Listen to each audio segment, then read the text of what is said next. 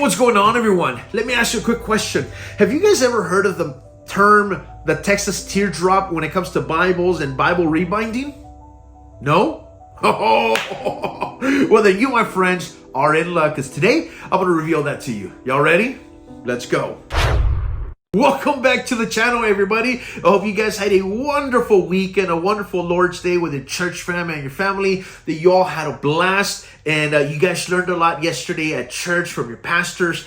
Let me know, what was your sermon about? Let me know down in the comment section what you learned yesterday. A lot of people often say, man, that was a powerful sermon, but then an hour, 2 hours later, you forget completely what the sermon was about. Ooh, did I touch a nerve? Did I strike a nerve there? Anyways, guys, I'm getting so off topic. This is like my 20th take. But anyways, so I'm pretty sure you guys want to know what this whole Texas teardrop is. And so before I reveal that to you guys, I got to let you guys know the story that goes with it. All right. A few months ago, I started rebinding Bibles in the style of Paul's Leather Company, or Scriptura as they're known today. Okay. This is the stack of Bibles that I rebound this week. All right, just so that you guys get an idea, okay?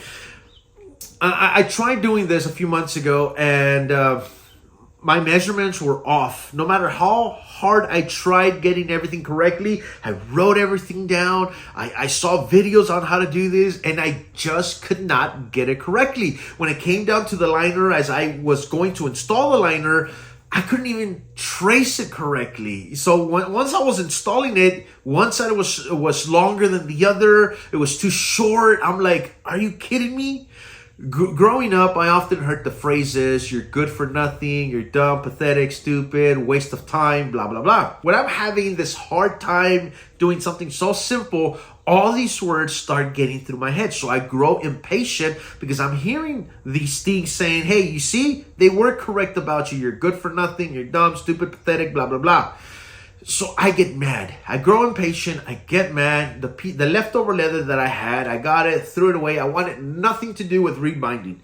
And I often joked about it, but inside I was hurt. I was mad at myself and so on. With the economy the way it is, my goodness, I ended up telling myself, hey, you know what? We're going to go get another piece of leather and we're going to try this. We're going to take our time. And I remember saying, Lord, help me get this thing correct. I want to get this correct. And so I'm here to tell you, I'm very proud of the work that I did. Now, I'm not one. People that know me know that I'm very hard on myself. And they know that I hardly ever say that, you know. But today, I'm here to tell you I'm proud of myself. I am. I really am.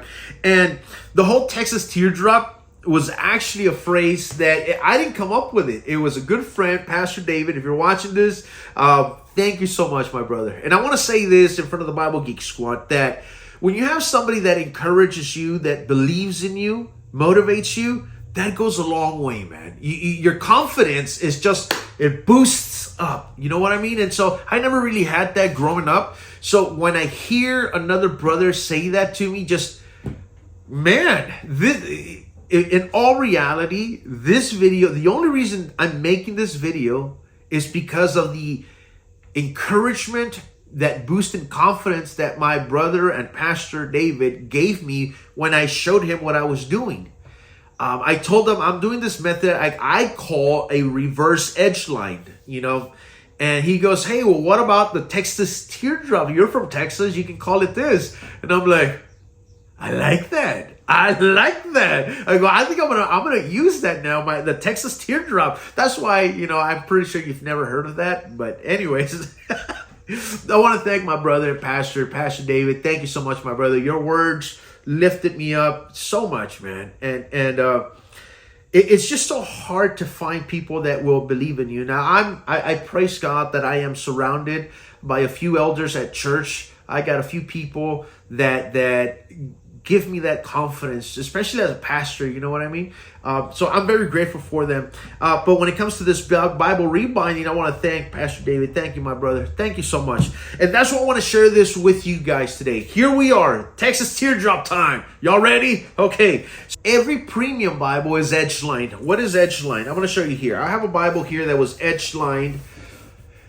This right here is goatskin leather. It's what we call, it's a liner. The liner is grabbing on to the text block. You can see it right here. It's going to be about 1/2 inch to 1 inch. And it grabs on to the Bible.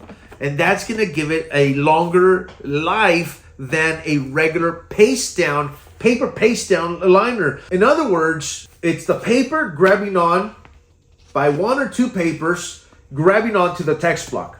That's it. Now, they do have a reinforcement, which is also about 1 inch, 1/2 inch thick. And it stops right here. I don't think you guys are going to be able to see it. You can feel it. If you have a leather soft Bible, go measure about 1/2 inch and you're going to feel the reinforcement. Okay. So what I did, I'm going to show you this. This was the second rebind, and I have to show you this first. It was the second one, but I have to show you this first because this is the only one that I didn't add a liner to. Okay. But it exposes the Texas Teardrop. So that reinforcement that I was showing you with that other Bible, I cut it out. I measure about 1/2 inch up, and I cut everything else out, and I leave that reinforcement. That reinforcement is what's glued down, specifically glued down to the leather itself. That gives, and no guys, I do not glue the spine. The spine is completely free. Okay, that reinforcement gets glued down, gives the spine space to breathe, so that from the very moment that I open up the Bible, it lays flat. See what I mean? But these lay even flatter. Okay, so you would say, so that's all you do? No, not exactly, because with these Bibles, I actually added a liner. I do have to improve on my liners, I will be honest, because right now I don't have lambskin leather or synthetic leather to serve as my liner, at least not for these 2 Bibles. So that's what I really want to get.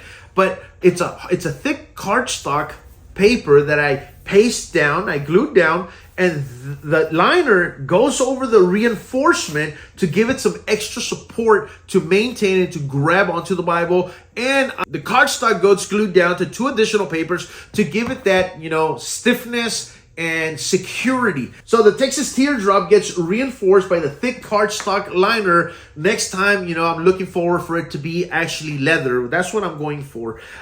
And from introduction page, the Bible lays flat. The spine is not glued.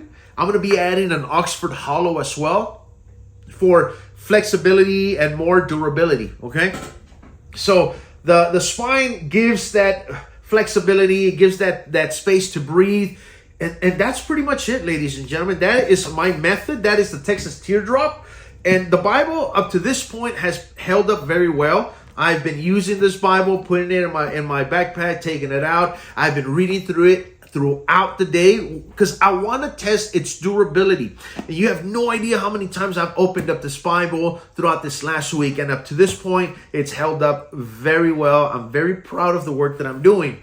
I had the idea of adding extra yap to a Bible. So this is an NKJV from the Sovereign Collection. Did the same thing. I added the cardstock paper, and there you go. Now this one, it just dried up today. I left it over for the weekend to dry up. Came back to the office, opened up the Bible, and it looks good. It looks good. I like it. By the way, this is an NASB 2020 personal size. It is a little thicker, and so with the way I created this, it's nice. The Bible doesn't fall all the way. It's not as floppy because of the cardstock. Okay, same thing with this one as well. You open up your Bible, Genesis, and look, right there, which is fantastic. It's what I call a rugged rebind, and rugged rebind, and I love it. Honestly, I love the work that I did on this, and I do want to add, of course, not cardstock liner. I want to add leather liner just for it to last even longer than what it will. But I'm going to be offering these services to you guys. If anybody wants to order a rebind, whether you send me yours or if I have some extra Bibles and I do this rebind as soon as I get some leather, I want to offer that. That's going to help me out as well. And you're going to get a nice Bible. So if a rugged rebind is something that you're interested in, let me know. I'm your guy. I'd love to work with you guys. Wanted to show you guys this. If you guys are interested, if you guys like the whole Texas teardrop, let me know down in the comment section. Hey, keep going, or whatever it is that you want to tell me. That means a lot to me. And if you want to order one, get a hold of me on Facebook, and I'll be more than happy to work with you guys. All right. God bless you. Take care, and I'll see you in the next one.